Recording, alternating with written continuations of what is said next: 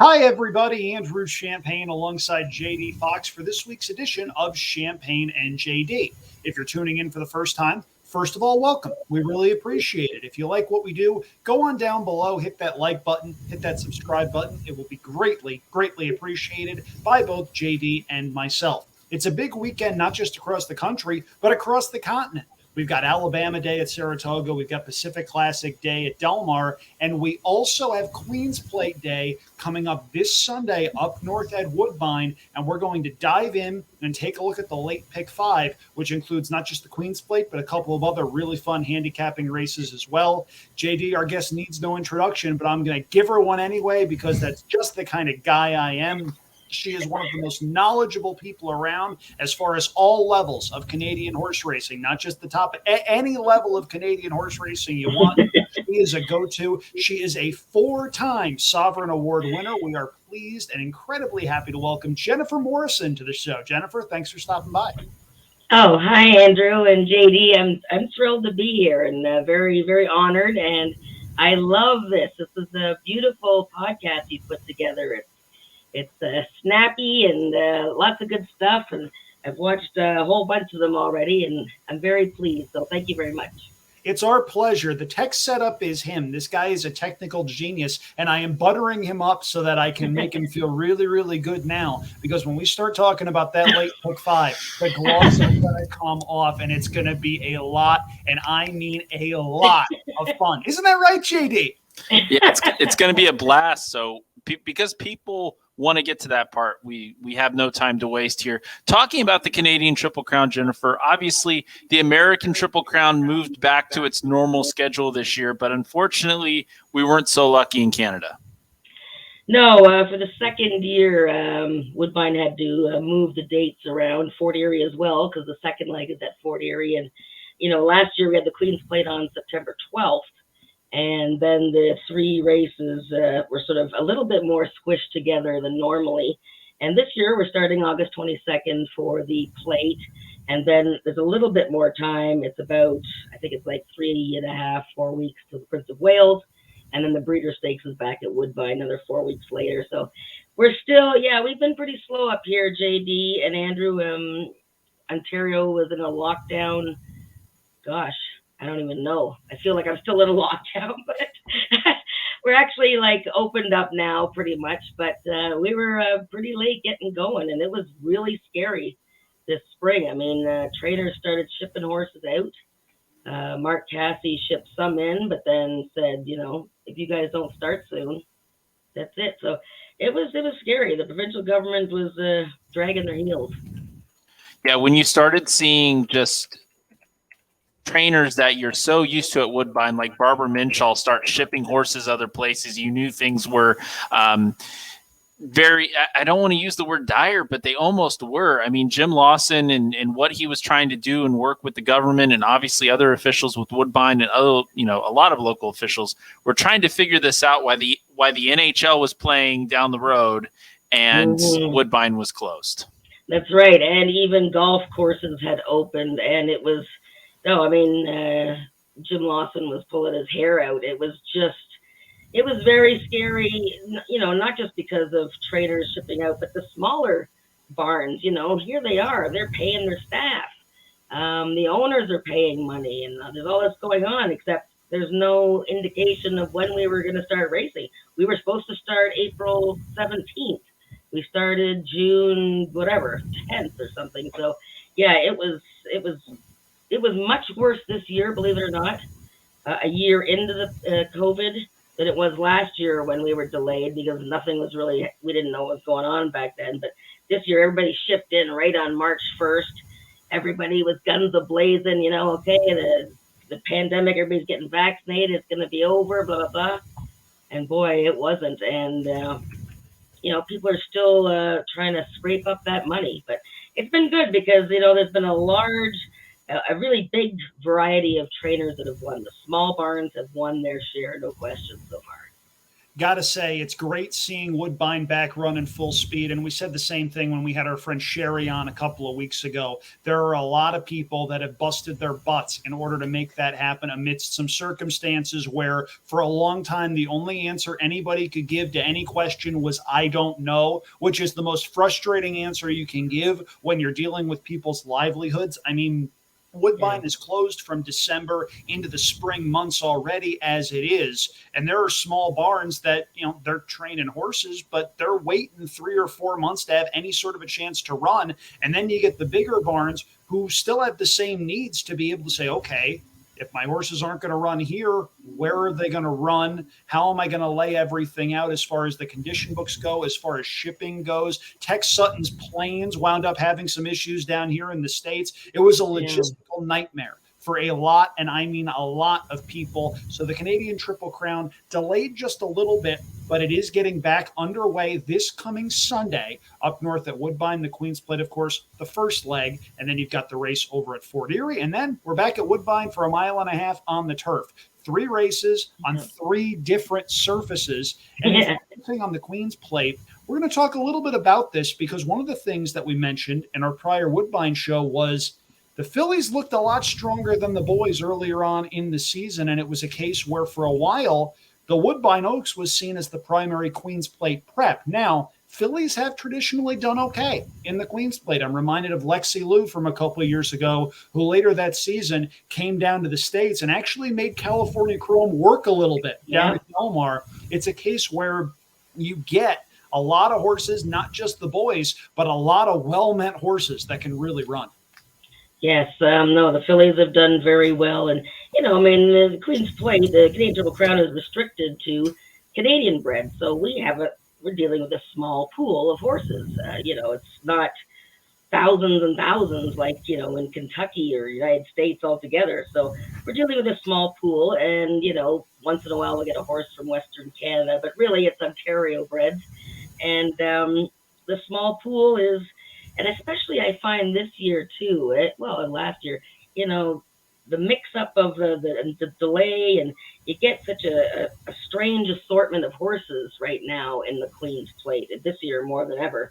But, the trend of fillies doing well, I think it's because the Oaks is 3 weeks before, it's a mile and 8, the winner is sharp, and they just make a big impression. Yeah, and over the years, obviously we've seen it a few times happen in the Kentucky Derby. 3 fillies have won the Kentucky Derby. 37 fillies have won the Queen's Plate, and this is just such a race steeped in tradition. Started in 1860 before Canada was even a country, was still a colony, and that's why it's the Queen's Plate, because this was started in the pure colonial days before even Canada kind of came together as a dominion. So there's your history lesson for and I wasn't at the first running, even though some people think I might have been. And obviously this is a race that's taken all sorts of shapes and forms over the years in relation to distance, especially early on, went up and down in distance, and then obviously locale as well, but happy to have its home at Woodbine. And last year had a stakes record winning performance from a horse you are very fond of, Jennifer, and that's Mighty Heart, traversing the 1.25 miles on the synthetic in 2:01.98. And obviously, for those that are not aware, you're working on a book on Mighty Heart, but kind of what kind of got you going with Mighty Heart, where you knew this was a special horse and it was a horse that you wanted to start documenting and starting this project? Well, pretty much the moment he crossed the finish line, we knew he had one eye, and he had suddenly won his maiden after 2 really terrible starts in fairgrounds. And not only that, though, as I stood there at the finish line watching Mighty Heart win the plate, and in such a fast time by 7.5 lengths I was very familiar with the owner, who had only had 1 or 2 horses, and I learned a lot more. But and then Daisuke Fukumoto riding, had only been in Canada for a couple of years. But the fact that it was dead silent, there wasn't a fan in the place, and there was only a certain number of media and a certain number of horse people allowed. And there was some owners allowed, but it was just so weird. And it was just like everything just sort of came together. It was just like, oh my gosh, you know, and I've been sitting on a book idea for my whole life. And as I got to know the family, Larry Cords and his family that owned the horse and bred the horse, and in Mighty Heart, and the groom, Siobhan Brown, is another thing. She just erupted into like, you know, blood curdling bawling as soon as he hit the finish line, and she was shaking. And it was so, I'm getting goosebumps again. It was so moving. Everything was just so moving, other than the fact that there was nobody there. So yeah, it was incredible. And the story has just been even more incredible than I could have imagined. And it was at least a book. I mean, I wrote the feature story for the Blood Horse on the plate, and that was just scratching the surface. And so I thought, oh, I'm going to take a shot. Yeah, and obviously, a surprising race in general, a surprising result. Mighty Heart was 13-1 that day. Belichick was a maiden at the time, 26-1. Now a horse you hear a lot about in Canada. It was definitely an interesting rendition of the Queen's Plate, but obviously Mighty Heart's gone on to do so much more and has had some success, and what might be surprising success to some in the States so far this year. Well, you know, we've seen one-eyed horses. Of course, they always get a lot of attention, Patch and Pollard's Vision and Hard Not to Love out there, and a Canadian bred. But, you know, he went on, and the thing is that he won the plate and ran a 99 Beyer speed figure, which, you know, whether you believe in speed figures of any kind or not, his running time for that day, and I know the track was a bit speed biased, but it was one of the more impressive Queen's Plates in a number of years. And then when he won the Prince of Wales was very impressive. And then unfortunately he pooped out in the breeders when he got burned out in the speed duel. But, you know, you knew that he was a quality horse and believe it or not, he's just very scrappy and very, like, he's just got a huge heart and just wants to do it. And he's incredible. He really is something. So, you know, he goes out there, and I tell you, that win at Churchill Downs this spring was, in the Blame Stakes, was, boy, I didn't know whether to scream or cry, and the Cords were doing all of that, and it's just been really fun watching him. Yeah, for those that didn't watch the Blame replay, I suggest after this show you go and watch it, because Night Ops passes Mighty Heart deep in the stretch, past the 16th pole. Mighty Heart somehow comes back, showing that heart that they serendipitously named the horse after in that one. And obviously he's come back as well, you know, ran a strong second in the West Virginia Governors behind Sprawl, who's a heck of a horse. And that was an interesting trip.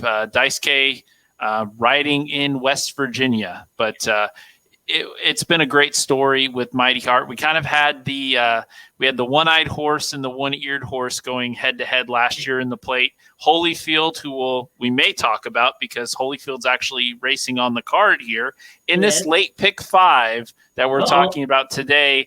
That's how we tie everything together on this show, Jennifer. It's almost like we went to journalism school or something. Very smooth. Yes, I love the segues. It's perfect. I just feel bad for you because I think Andrew's going to give you a hard time here coming up. But now, why would you say that, Jennifer? Wink, wink, wink. All right, so we'll dive in now. We'll handicap this late pick 5 at Woodbine. One reminder, with Woodbine, these multi-race exotics, 20-cent minimums. So you're going to see some totals that might look a little bit funky if you're used to 50-cent or dollar minimums, whatever. But with the field sizes, what they are, take note of this. This is going to pay. Do not be put off by the fact that this is a 20-cent bet. This is going to pay stacks if you hit it, especially if we beat a couple of favorites in this pick 5 sequence, which starts in race number 9, the Dance Smartly, a grade 2 event. Fillies and mares going 1.25 miles on the outer turf course. Remember, there's 2 of those now. And we've got a 9-5 favorite in Muta Makina from the Christophe Clement barn. Dylan Davis taking the short trip from upstate New York to ride in.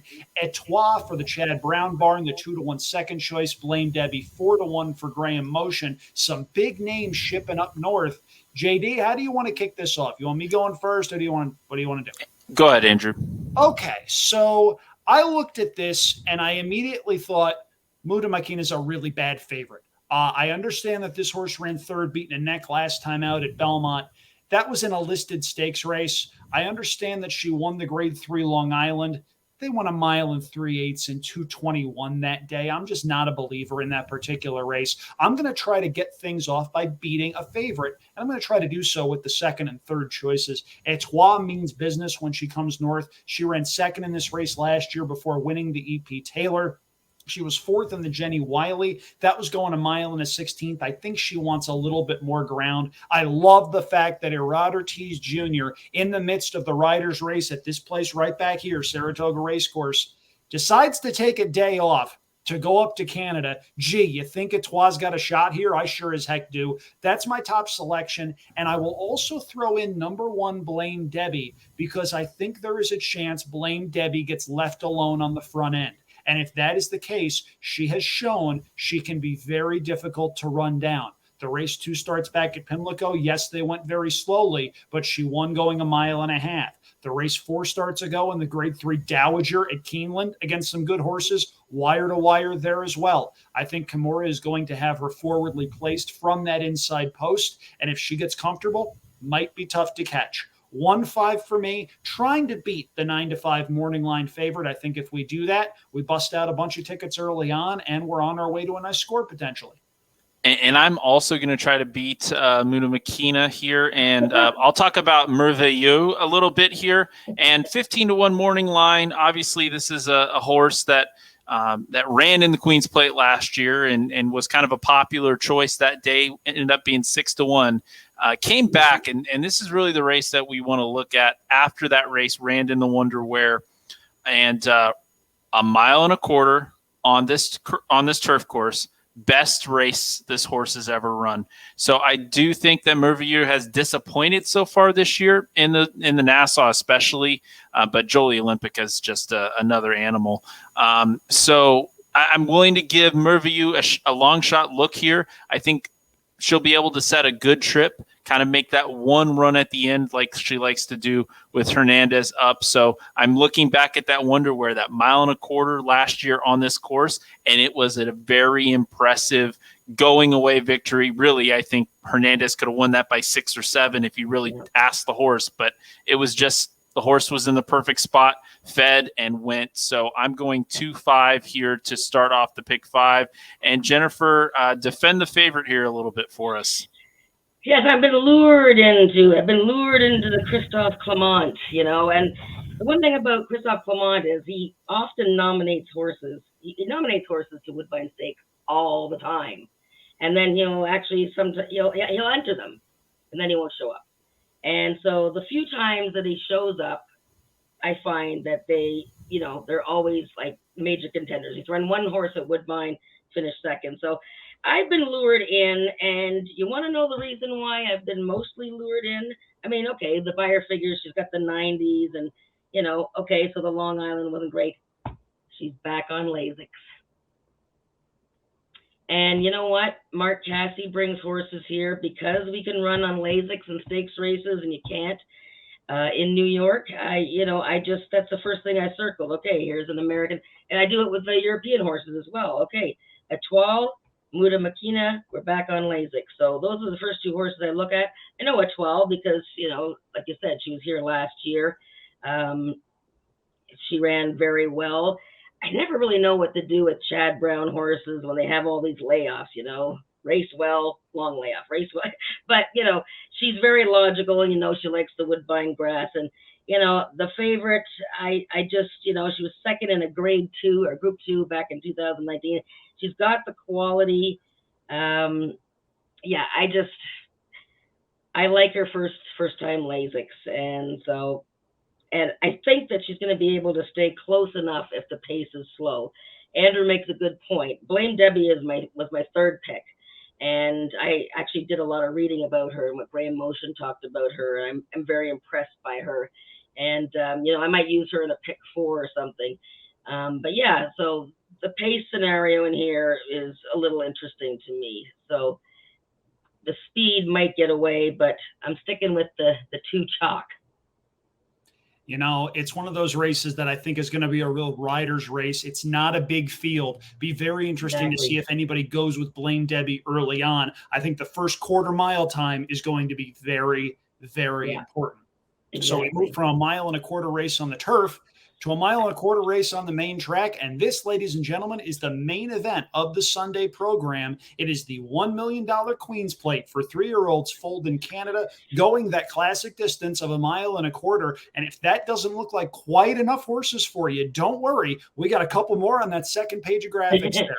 A field of 13 runners. And the first thing that jumps off the page at you is no Mark Casse runners in the field. It's a different kind of year. That's for darn sure. And there's no apparent obvious favorite in this particular race. So with that in mind, I am going to go 6 deep. Okay. You see down there, this is a race where I think you can make a case for a lot, and I mean a lot of different horses. I'll focus on 3 of them for the sake of brevity. Number 6, Money for Row, ran a really nice race to win the Woodbine Oaks, earned an 82 buyer that day, and just seems to be going the right direction since coming up to Woodbine and getting into the barn of Kevin Attard. Was second in the Grade 3 Celine 2 starts ago, and I don't think the distance is going to be any problem for that one. Number 7, Riptide Rock, though, is interesting because this is a horse that they saw fit to run 6 furlongs last time out. Goes from a mile at Monmouth, where the horse just didn't do a whole heck of a lot of running, to 6 furlongs on the synthetic track at Woodbine. Horse winds up winning, which is a really good sign. But I'm looking at that pedigree. I see point of entry on the top. I see a Stephen Got Even mare on the bottom. That is distance on both possible sides. And I think Riptide Rock has a really big chance stretching out in distance for a very capable trainer. The bigger price that I want to talk about for a little bit, because looking back at the Grade 3 Marine, I don't get this trip. Tidal Forces, horse number 12 in the program, had won twice with stalking trips. And in fact, the start 2 starts ago actually was 7th of 9 in the early going, rallies, and was very impressive. Why was this horse on the lead last time out? I don't particularly know. I understand the speed figure actually shows a slight increase, but I think that was either a bounce or a learning experience. And I think they learned something with Tidal Forces that day to where we're going to get a little bit more value because of that. And for that reason, Tidal Forces is on my ticket. 6 deep for me, 2, 3, 6, 7, 8, and 12. It's a 13-horse field. I think you can make logical cases for about 8 or 9 of these runners. And just because there isn't a logical standout on paper doesn't mean it's not a good betting race, because it most certainly is. Yeah, it is. Yeah. And Jennifer, I wanted to get your thoughts, as you've got a few different horses than are on Andrew's ticket here. Wide open. Yeah. Oh gosh. I mean, I don't think I've said wide open as many times as I have in the last few weeks. Yeah. This race is, it's a different year. So there's only 2 stakes winners in the race, and that's not terribly unusual for the plate, because we usually run the plate in late June, but it's a bit unusual at this time of year. So, the plate trial was a 4-horse field, which is unheard of, and it was slow early and it was slow late, and nobody knows what to do with that. The buyer figure guys didn't know what to do. So, I haven't made my top pick yet in the race. I have to do that soon for OntarioRacing.com. I think the filly, as we've talked and Andrew talked, she's just on the upward. This is where she's going. I know a lot of people. I picked her in the Oaks. I loved her in the Oaks, and people were all like, "Oh, she ran for claiming at Gulfstream." Okay, but the owners admitted that they got away with murder that day. The winner of that race, Porqué No, is a stakes caliber horse. So I think that was just sort of an anomaly that she ran in a claiming race, that she's just going the right direction. But I really quite like number 1, safe conduct. And I know the questions about Tapeta are just like, very, they're very serious. You have to take it seriously. I mean, people say, they say, oh, the horse likes turf. They're supposed to like Tapeta or all weather. I know it's not necessarily true, but this is a big, good-looking horse who has been carefully, well, for a while they're being carefully brought to this race, and things didn't go his way in the last few starts. The Pennine Ridge came off the grass, and he still ran, and I was like, oh gosh, are they going to mess up their chance to come to the plate? And then they wanted to run in the Belmont Derby, and it was off turf. And if you watch that race, he was very rank and just didn't settle at all. I'm not saying he was going to be close to Bolshoi Ballet or any of those horses, but he just didn't settle. So again, he's on Lasix coming to Canada. Irad Ortiz, he's coming here because he's got Caravel. Oh, sorry, JD. Big horses like that to ride today. So yeah, he's going to ride safe conduct for Phil Serpy. So I just quite liked the way the horse has a stalking style. I don't know what kind of speed's going to be in this race.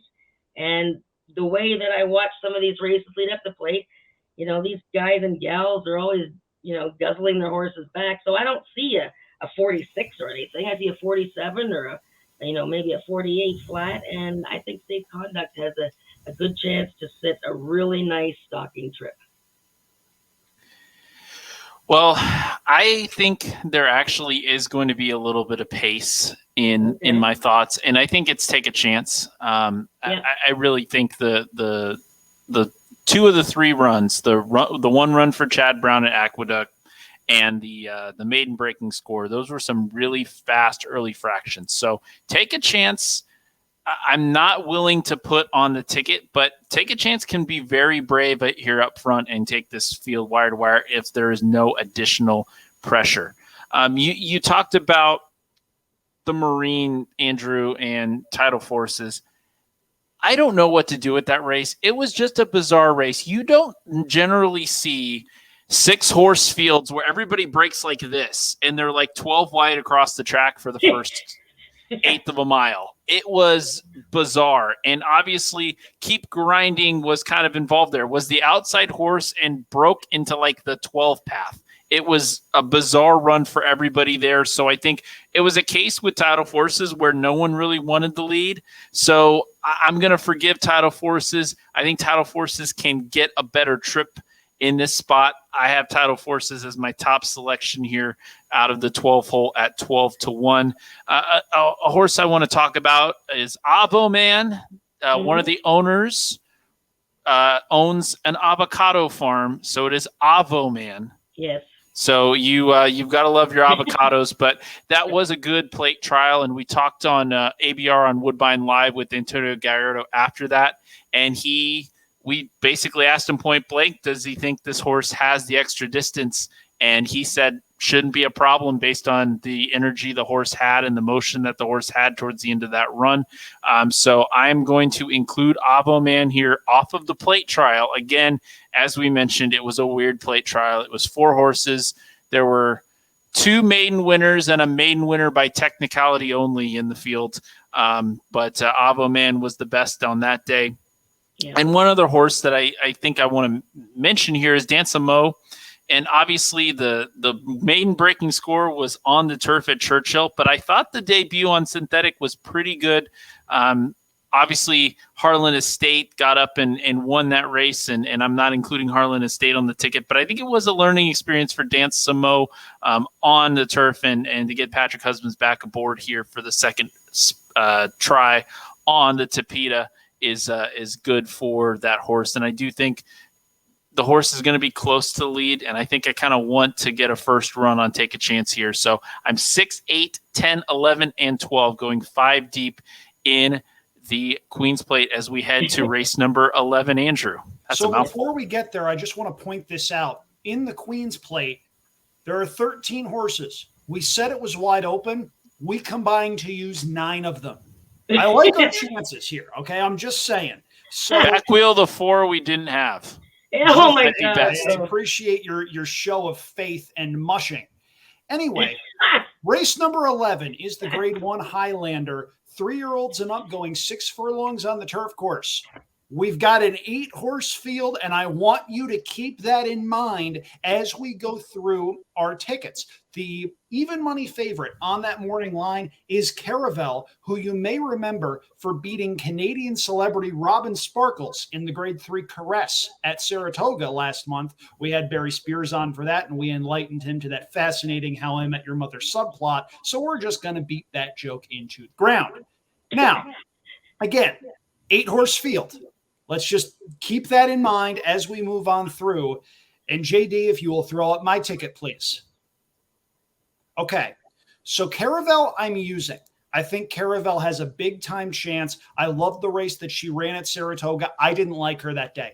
I really liked Robin Sparkles, and Caravel kicked Robin Sparkles' butt that afternoon. I think Caravel is going the right way in a big way. The stretch out to 6 furlongs, though, that gives me a little bit of apprehension. If I was doing a grid system, and I certainly would advise that given the number of horses that we're using on this ticket and the fun you can have for 20 cents, Caravel would be a lone A, but she would not be a single. My 2 B horses are both pretty big prices. Number 2, Admiralty Pier, I just think may well want to be a sprinter. If you look at the race this horse ran last year in a Grade 2, going 7 furlongs, he's second beat and a half length, and he earns a 98 Beyer speed figure. Not too shabby. He has been running against some very, very good horses. You see the Grade 1 Northern Dancer. You see the Grade 1 Woodbine Mile. This is a horse that leads at most of those calls. He's got some speed. Antonio Gallardo gets the mount for Barbara Minchell, comes in off a bullet drill August 14th that looks very impressive on paper. You see 4 furlongs and 46 and 3 over the synthetic. He was flying. I need to have that horse on my ticket. And I also need to have a horse in number 8, Silent Poet, who's won a lot of races at this level in the past. You see a couple of Group 2 wins on the sheet there, cutting back in distance from 7 furlongs to 6 furlongs. I think that's really going to help him. Got to say, I'm a little bit concerned over the fact that Nick Gonzalez has not gotten going yet this meet. He is 0 for 17 as of this recording, but Silent Poet's best certainly gives him a shot. I like the outside post, and I think he will be prominent throughout. 2, 7, and 8 for me. Keep that in mind. Suspense. Jennifer, you're singling Caravel here. Well, yeah, I just, I looked at this race, and there's quite a few horses that are really interesting to me, but they just looked like there was going to be too many speed horses. I just, the races don't always set up the way you think they're going to on paper, but the Mark Cathey horse coming off the layoff at Turned Aside is stunningly fast. Okay, maybe he'll have the lead. Chuck Willis is a horse that wants to be on the lead.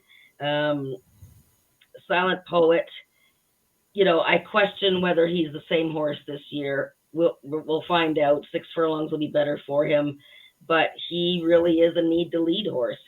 So, and Admiralty Pier, I don't know. I mean, he's such a game horse, and he dings me every time. I don't know if he's going to want to or have the speed to be messing up, with all these horses on the pace.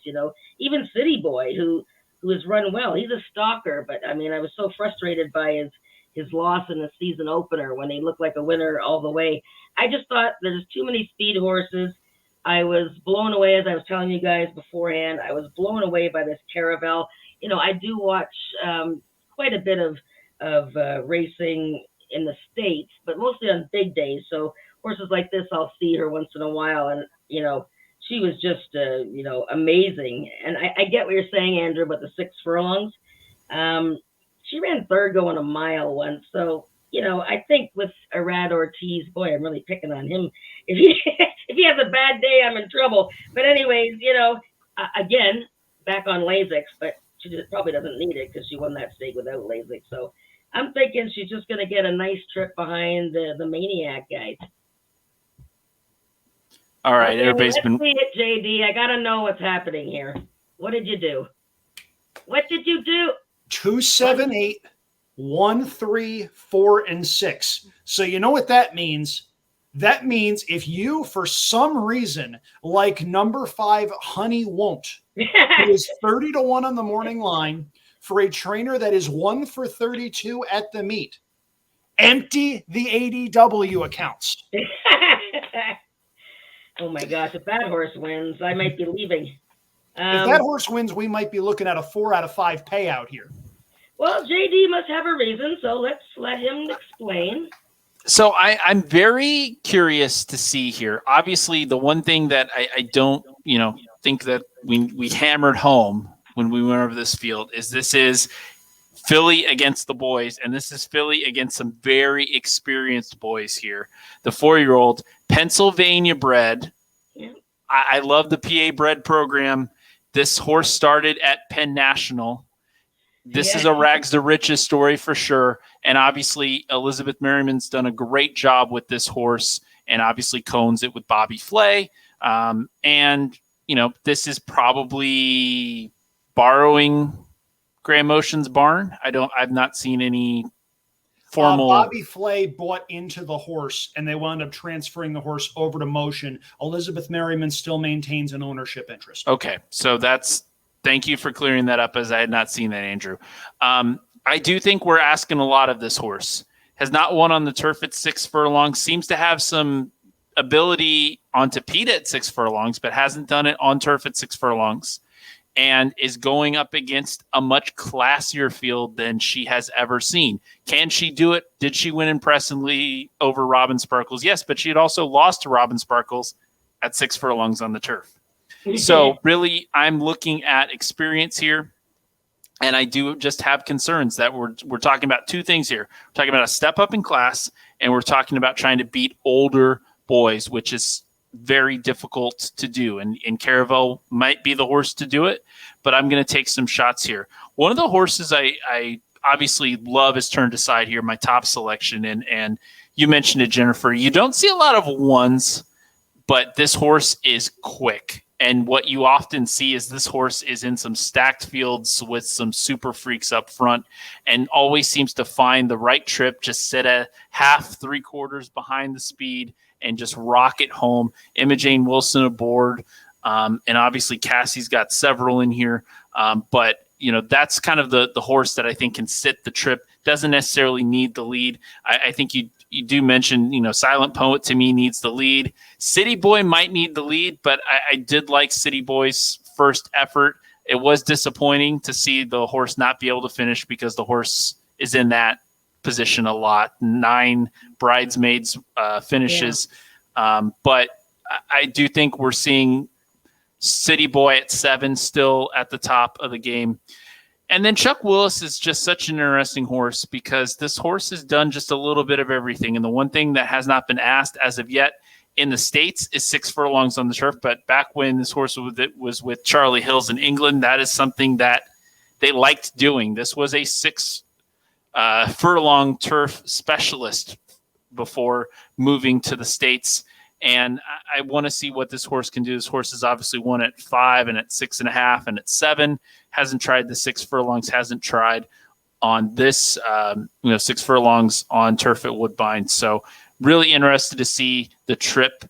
And Kimura remains aboard. Kimura's been up for a couple victories on this horse. So I am tossing Caravel. Again, if Caravel beats me, Bobby Flay. The nearest Bobby Flay restaurant to me is Amalfi in Las Vegas. The top thing on the menu is a 24-ounce bone-in ribeye for $78. I will go next time in Vegas and buy that meal and enjoy it if Caravel wins this race. I got to say, that sounds really good because I haven't eaten dinner yet. Now, first of all, I'm actually going to commend the philosophy of this bet because if Caravel does not win, how many tickets go up in smoke? She's going to be a very popular single on a lot, and I mean a lot of tickets. So if you're right and Caravel gets run down at even money, she may well be odds on. I get what you're trying to do. Now, Turned Aside, if Turned Aside was still trained by Linda Rice and showing the 2020 form, I would like Turned Aside a lot more. I just don't think he's shown nearly the same punch in the Mark Casse barn in 2 starts. I understand the Shakertown had some issues at the gate that day and was going up against as good a field of turf sprinters as you could possibly ask for, but didn't seem to have an excuse in the race at Tampa before that. It's entirely possible that at some point this horse finds the 2020 form, but I think he needs to. I don't think the 2021 version of Turned Aside is going to be good enough against the likes of Caravel. Chuck Willis has a lot of early speed. Mark Casse with an 8-1 shot and Kimura up. I understand that. I just preferred others. City Boy. Okay, here we go. So, do me a favor, JD. Find me a win this year. Won my heart in the one race they ran this year. So, I mean, that's not fair. City Boy has only ran one race this year, and we've talked about it ad nauseum. Fine.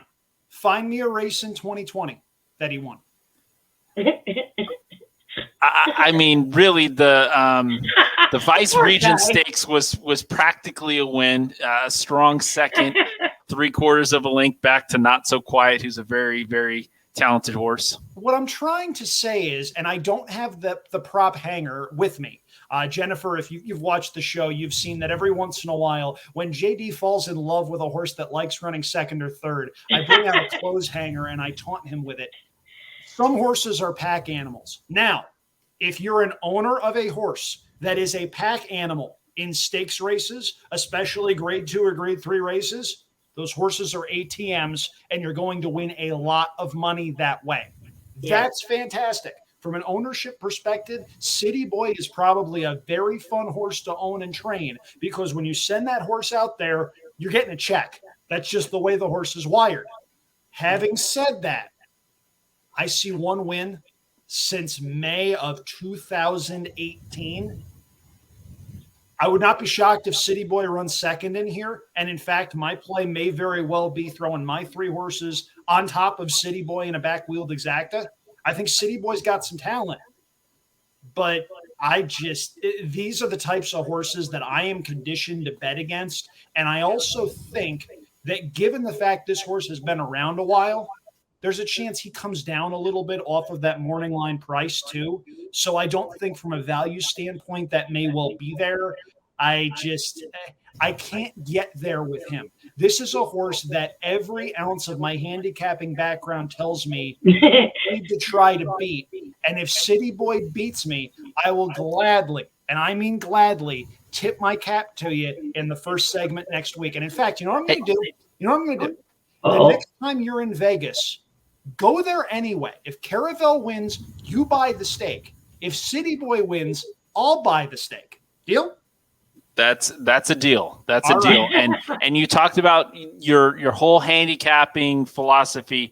I think you might need all of it here in race 12, as we've got a maiden special weight that Woodbine loves to throw into these stakes pick 4, pick 5 sequences. And this is a very deep field of fillies and mares, 3-year-olds and up, going a mile on the inner turf. And if you think 10 horses is not enough, we actually have 3 AEs. So on the inner turf, we're maxed out at 12 horses over the mile, but we've got 3 AEs, including 2 strong contenders, 14 and 15 if they draw in for Grand Motion and for Mark Casse.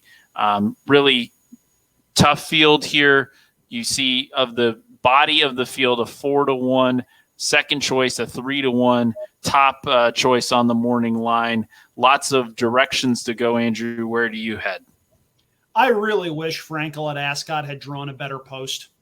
If you haven't seen the inner turf course at Woodbine, first of all, it's really cool, and it opens up a lot of avenues to run different kinds of races at different configurations. So hat tip to the folks up north for that one. But Frankel at Ascot was a big play for me 2 starts ago at Woodbine.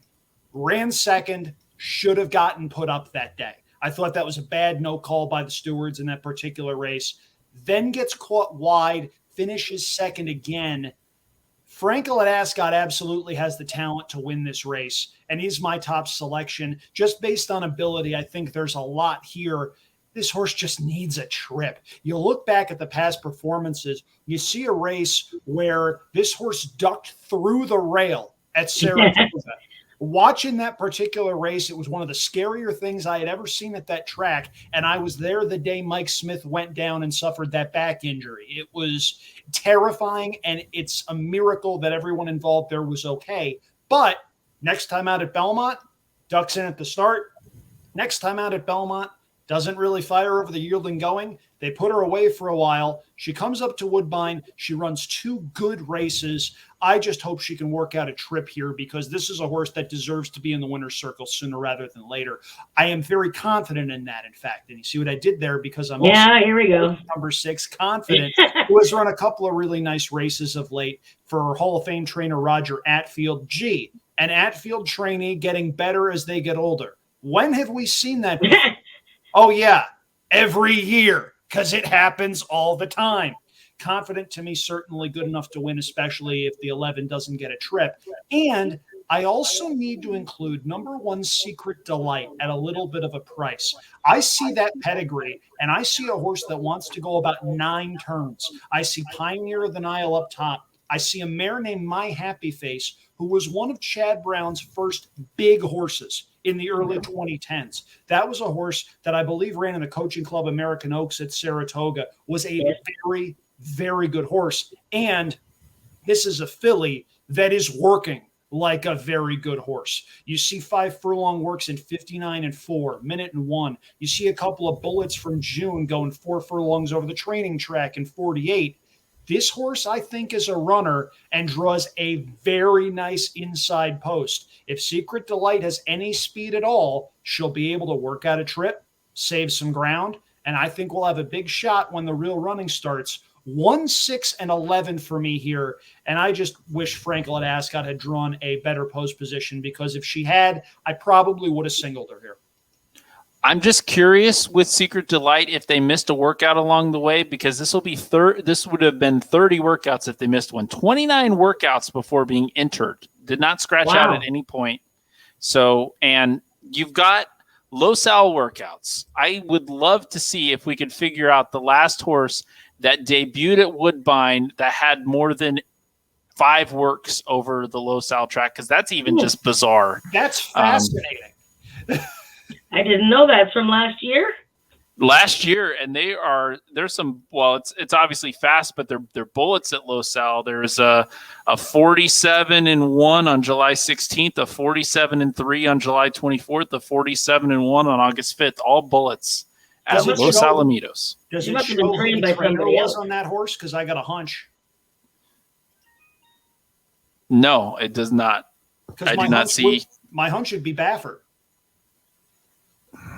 Yeah, somebody else trained her, obviously. There's got to be a story there. If anybody from the Woodbine simulcast feed is watching this, we'd love to hear this story on Sunday. Interesting. Yeah. Yeah. So, I could see where you're going there. I just, that many works to make the track. I'm always going to take a wait and see approach. And also, it's a wide open race, and the also eligibles can run, which I believe is where you were going next. Yes. So obviously we have 14 and 15. We don't know if they're going to draw in. We'll start with the 15 Cappy for the Cassie Barn. This is a horse coming in from Ireland out of the J.M. Barrett stable. Ran a good second last time out at Gowran on April 7th. Has come back and worked originally on the NYRA circuit. So workouts at Belmont, at Saratoga before shipping over to Woodbine. I think the turf work at Saratoga is always a good thing that I like to see when somebody's coming in off the quarantine, because you do want to train a horse that's used to a surface with more cut in it to get used to the firm turf stylings of the U.S. So that's a positive in that direction. The last one was good. Obviously, we'll have a tough trip given the configuration if drawn into the field, but I think is much talent, has shown a lot of talent, and, time form figures would rank up with everything that we're seeing here. One of the great things about time form with the International is they use the same ranking scale as our friend Craig Milkowski uses with Timeform US figures. So you can kind of match them up a little bit here. And this horse got a 73 last time on a Timeform, which for this maiden puts it right there. So the other one I'll talk about is Fascination, which is going to be a first-time starter for Grand Motion. When we look, obviously this is the first foal to make the race for the dam. Whimsicality was a two-time winner. This horse does have a lot of breeding for both turf and for this configuration of the mile. I don't think this horse wants to go much further, but I think a mile is well within the grasp. And you look at the works are right where I want to see over the synthetic, going 101 and 5 furlongs, kind of, right where you want to be. Had a couple quick burst 3 furlong works early. The workout tab's exactly what I want to see. So if they draw in, I'm 6 deep here somehow, but likely 4 deep, 2, 6, 11, and 12. I do like the 2 and the 6 quite a bit, and I will let Jennifer talk about them because those are horses that she's using in this spot. Yes, I'm just, I look at the whole field, and I've seen Frankel at Ascot enough, and I stayed away from wide posts going the mile. I mean, there is some time to sort things out by the time you get to the first turn, but it's still a large field. I also didn't consider the also eligibles. Most of the time I find, especially turf races, the alsos don't get in. If one gets in, I'll take a look. Well, not buttered toast, but if one gets in, I think my dog just walked in anyways. Oops, sorry. But look, at Confident to me, I'd love to key her. I mean, I probably should have and spread in another race maybe, but this gal has just been getting better and better. 2 starts ago was her Woodbine debut, and it was on the E.P. Taylor turf course, which is like a 1-turn mile. And in the race was Roger Atfield's big hype filly, Spitestown Shirl, who was 3 to 5, 2 to 5, and this gal pushed her to the limit. In fact, Spitestown Shirl actually came out in the stretch and sort of was hurting Confident, as Confident looked like she was actually going to go by her. Ultimately Spitestown Shirl hung on, and then Confident, Roger tried her on the Tapeta last time, and she was even money, and that race just had no pace. I don't know. I mean, she ran a 77 buyer, was the same, but she just didn't have any of the same kick. So I much prefer her on grass. I just love her in this race. And then I use the other Roger horse. It's all Roger. Also by Tonalist, if you can imagine. And she was second to a filly who's running in the Ontario Colleen on Queen's Plate Day earlier in the card that I love and picked that day, a California Chrome filly, Persevencia. And Sweet Serenade, I think, is going to really enjoy the inner turf. She was making an early move going the 1 turn last time on the mile 16th with Emma Jane Wilson, and just couldn't hold off this monster filly, the California Chrome filly, but she was well clear of the 3rd horse. So I think she's going to get a really nice inside trip. So I stuck with just the 2 Roger horses in here. I really do like Confident, though. I if she can just stay close and not get into trouble, then I think she's the horse. Couple of horses that I want to talk about a little bit before we move on as potential exotics horses at big prices, because this is a fun betting race, and there are 2 horses in here that I think are worth a look, at least underneath. Number 5, Protect, is a second-time starter for Josie Carroll. By Tappet out of a Lemon Drop Kid mare. Yeah, I don't think she really wanted to go 7 furlongs first time out to begin with, but had an adventurous trip that day, was very, very wide, draws a friendly post, has every right to improve. And I'll also take a look at number 9, Coasting Away, who's by More Than Ready out of a Giant's Causeway mare. I don't think you can get better turf breeding, at least on this side of the Atlantic, and has been working reasonably well for Gail Cox. Ultimately, I preferred others, but if you're looking for a couple horses to throw in the event of a couple of scratches, or you're looking for horses to come in on the bottom legs at tries and supers, I think both of those are worth a look at a little bit of a price. But We will move on now to race number 13, the Sunday finale, going off at 7:25 p.m. on the East Coast. They might need to use those lights, but we'll see what happens here. Race number 13 is an allowance race going 7.5 furlongs on that inner turf course, so not nearly as long of a runway into that first turn.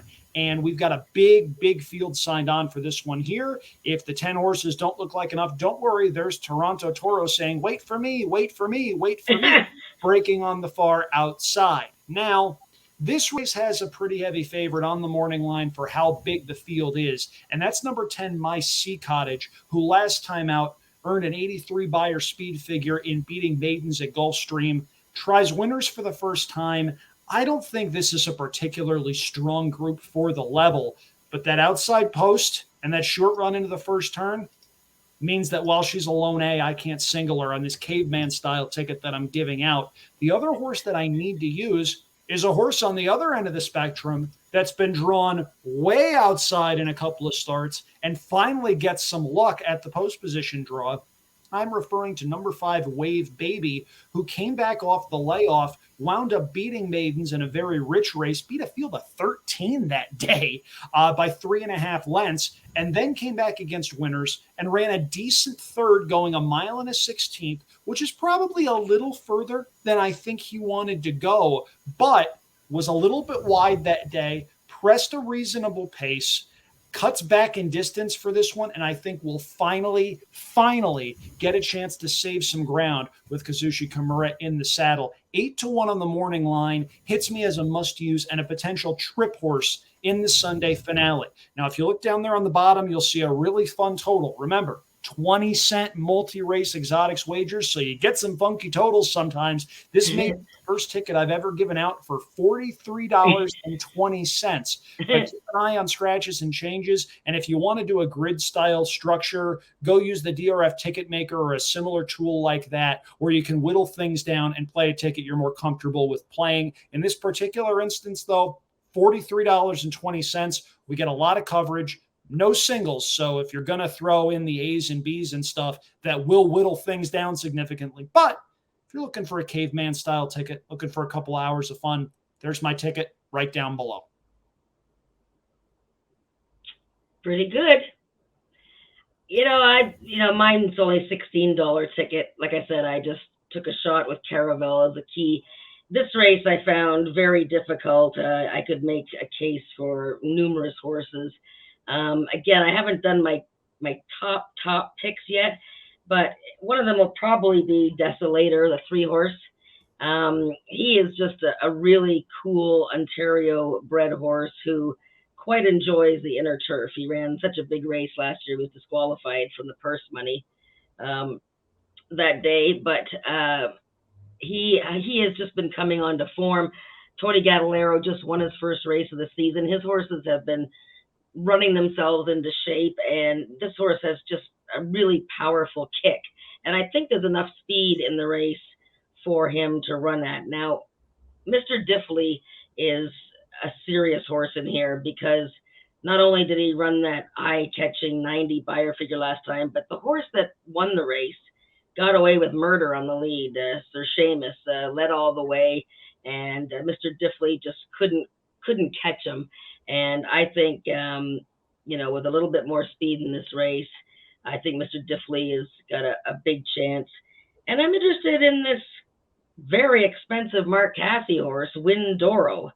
I know that he seems to be dreadfully slow. He doesn't have a lot of pace, but he's been running on yielding turf courses, and he's been running in some key company. And the one thing that interests me a lot was that his younger half brother Doldergrand, who cost $800,000, has come to Woodbine and turned his life around. He was a maiden, couldn't win, and now he's won 2 races in a row at Woodbine. So maybe, like his brother Doldergrand, Windoro will wake up and enjoy the inner turf at Woodbine. So I'm looking at what did I say, 3, 4, 7, 10. So yeah. I think there's enough speed in there for the closers that I picked. You're muted, JD. Yeah, that would be that'd be problematic. You're welcome. I was going to just make a dumb joke. I said we're going to talk about Holyfield, and Holyfield is the 8 horse in this race. I'm singling the 10, Mysie Cottage. Again, very impressed by the performance at Gulfstream. I don't think this is the toughest of fields. I'm a big fan of some of the horses in this race. I'm a big fan of Desolator, big fan of Mr. Diffley, but I think Mysie Cottage is a cut above, and I think Mysie Cottage will have an advantage and could even be right near or on the lead. Toronto Toro is very interesting. Want to see how that one does first time on the turf. Obviously, if you've been listening at all to Jeff Bratt, he's been screaming this from the mountaintops. If you have an American Pharaoh, bring them to Woodbine. And this is another case with Toronto Toro being an American Pharaoh with the win on the Tapeta, moving over to the turf. Just not a lot of turf pedigree for me on the bottom side there. So very interested to see how this horse does on turf. But I am singling the 10 Mysie Cottage, and my ticket has a variable cost point because we have 2 also eligibles on my ticket. So if the also eligibles don't draw in, it's $32. If they do draw in, it's $48 as we toggle through the tickets here. I'll remind you, in Canada, you can watch all the races on TSN.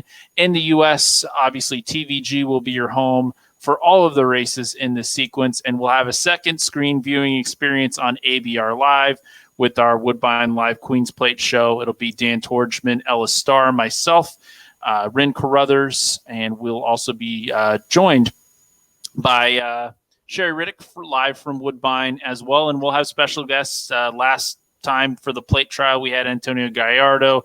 We're going to try to get Robert Geller and a couple other people involved in the show as well. So join us for that. And that's all the shameless plugs I want to give during this segment where I just go through the tickets and give shameless plugs for other things I'm doing, Andrew.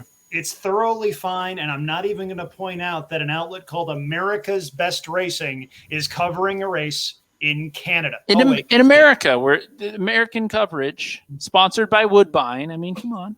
Oh, I know. It's just, it's always fun to give them some good-natured guff about that. Seriously, tune in. ABR does some pretty good stuff, and they've got a heck of a crew signed on, not just JD, but a couple other people that we really like and respect, several of whom we've had on this show previously. So that late pick 5 sequence, and there are a bunch of other really good sequences, is coming up on Sunday at Woodbine. It's Queen's Plate Day, 13 races, and with the field sizes what they are, you only need to be right once or twice in order to have a really good day. So make sure you dive in, take a good look, and take some stands. It's going to be a fun wagering day. Really looking forward to that. Looking, of course, forward to Saratoga this weekend as well. So going to be a lot of juggling going on from a pari-mutuel standpoint here at the Champaign compound. But before we sign off for this particular week, it is time for our final thoughts segment. This, of course, is a spot where we can wax poetically or otherwise on several things that are going on in the world of horse racing or just in life in general.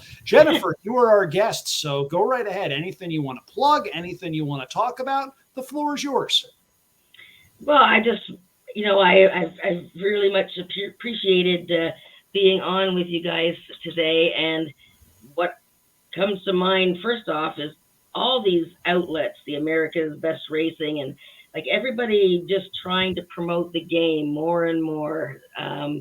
It's something that I've, professed to do since I started covering racing. And, like you said, Andrew, you remember me doing closer looks in the Daily Racing Form. In fact, I started the day they started Closer Looks. I was one of the first people that they hired on to do them, and I did them for I can't even remember how many years.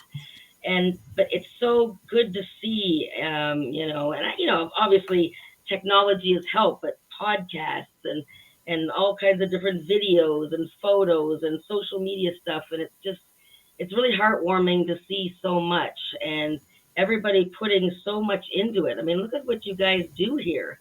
I mean, you put a lot of effort and time and thought and handicapping into this. And, it's just so great, and we really appreciate you covering Canadian racing for our Queen's Plate, and it's just super to see, and we just want to promote the game, the great parts of it, because we love it, don't we? You're darn right. And it's one of those instances where I can't speak for either of you, and I don't think either of you would want me to, but one of the big issues that I've seen in racing pretty much everywhere is the same people going, we want to grow the game, we want to grow the game, we want to grow the game. Someone has an idea that in some cases requires short-term sacrifice for long-term gain, and those people recoil and go, you want us to do what? So ultimately, and that's part of the reason we started this show. We started this show right at the outset of COVID, and it was a case where we were going, okay, what can we do to both A, keep ourselves sane, and B, have some fun with the sport that we both love and grew up with. So we're really happy to have you, and thank you very much for the kind words. They're very much appreciated, and it's good to know that there are people out there that enjoy what we do, that watch our stuff every week. Thank you.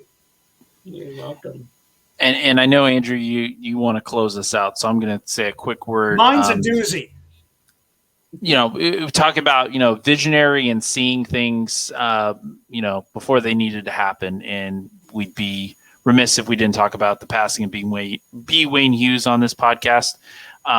We can talk about Spendthrift, but you even look from a business sense. I mean, the idea of public storage, obviously he was the founder of that company with multi-billion-dollar company throughout the world, self-storage. He was a visionary there.